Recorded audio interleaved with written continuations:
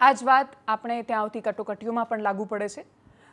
જેમ સમાન તક આપ્યા વગર સીધું જ તમને એવું લાગે છે કે પછી તમે એને મદદ કર્યા કરશો ને પેઢીઓ આગળ આવી જશે, તો એવું શક્ય નથી બનતું. એ જ રીતે પ્રશ્નો કટોકટીમાં પણ થાય છે. ગુજરાતમાં પૂરથી મૃત્યુનો આંકડો 46 છે. 3-4 દિવસના પૂરમાં 46 માણસો મર્યા. સૌથી વધારે વલસાડ અને નવસારી ગંભીર રીતે એનાથી અસરગ્રસ્ત થયા. છેલ્લે વાત ઉદાહરણ સાથે માત્ર એટલે આપવી છે કેમ કે જાપાનમાં 7.1ની તીવ્રતાનો ભૂકંપ આવ્યો, સુનામીનું એલર્ટ આપવામાં આવ્યું છે.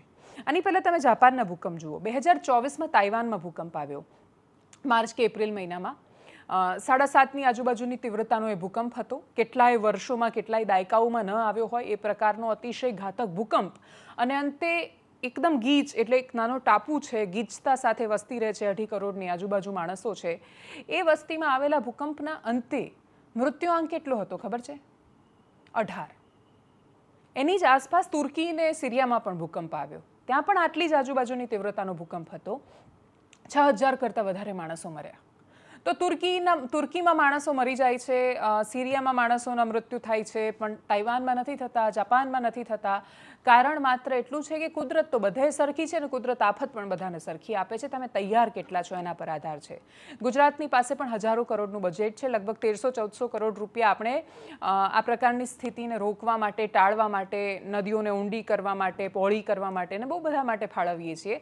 પ્રશ્ન એ છે કે આપણે કાં તો સિવિલ ઇન્ફ્રાસ્ટ્રક્ચરમાં, એટલે નદી પહોળી કરો, દિવાલ બનાવો, એટલે જે એક પ્રકારના કામ કે જેમાં ઇન શોર્ટ ભાગ બટાઈ વધારે મળતી હોય, તમને કમિશન વધારે મળતું હોય, એ પ્રકારના કામ પર વધારે ફોકસ કરીએ છીએ. અને કાં તો 11,000 કરોડ રૂપિયા અમે ખેડૂતોને સહાય આપી, આટલા કરોડ રૂપિયા વેપારીઓને સહાય આપી, આટલા કરોડનું પેકેજ આ શહેરના આપીએ છીએ.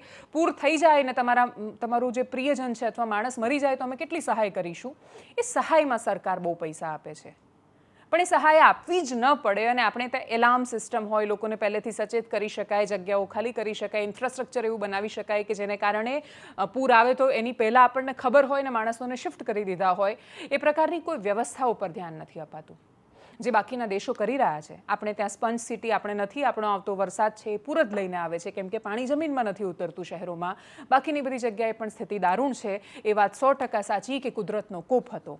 એ વાત 100% સાચી કે કુદરતે એટલી બધી આફત આપી કે એ વરસાદ સોનું નહીં આફત બનીને વરસ્યો. પણ એ વાત પણ એટલી જ સાચી કે આફતને ઝીલવા આપણે તૈયાર જ નહોતા.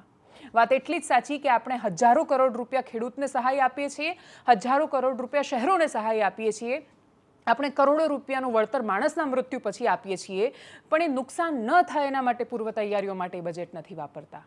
નુકસાન થઈ જશે તો અમે આપીશું એના માટેનું બજેટ છે. અને એટલે જ દુનિયાના દેશો સાથે સરખામણી કરીએ તો આપણને આપણી આંખોની સામે ચિત્ર સ્પષ્ટ થઈ જાય છે કે ત્યાં કેમ આટલા મોટા ભૂકંપ, સુનામી જેવી સ્થિતિ પછી પણ મૃત્યુઆંક 18 પર સીમિત રહી જાય છે.